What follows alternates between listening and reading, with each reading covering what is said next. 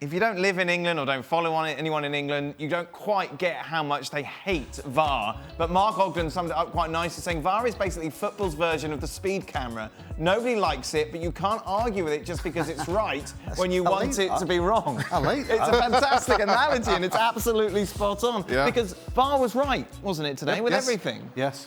But people don't seem to be handle that. Well, I think what people can't handle is the fact that it's not the referee that's making the decision. That's the one thing that I hate most about the VAR in the Premier League.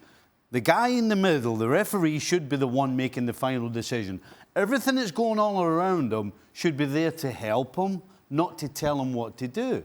And the fact that they don't go to the screen, I think, is a huge part of the reason why it annoys most people. But for the encroachment one, he didn't need to go to the screen. That's a yes or no, isn't it? That's a yes or no. And the problem is, people are like tweeting, "Oh, football is dead. No, the end of football. This is horrible." Football has had a set of laws for quite some time, and some of them quite some time. Some of them very basic in terms of encroachment.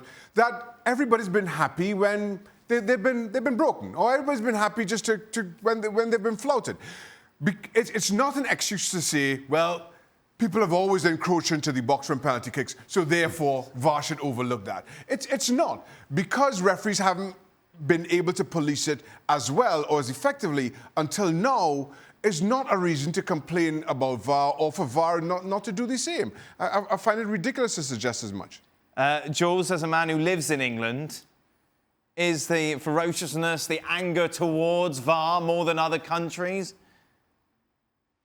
I think so, and I think Stevie was spot on there. For me, the big controversy and the big anger is all about the referee not able to go and decide by himself. It should not be someone in Stockley Park in a small room in southwest London who decides for the guy who is on that pitch what to do, what decision to take, or not to take, or what not to do. But they got it right, didn't they, Jules?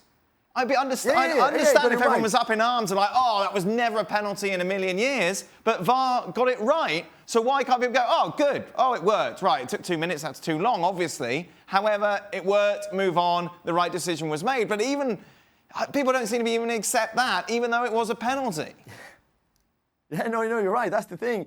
Even when it's the right decisions, there's still people in England moaning about it, moaning about the decision that's just been taken. Even if they were right, it's hard to understand at times. I'm a big VAR fan. I think it's good for the game when it's well executed.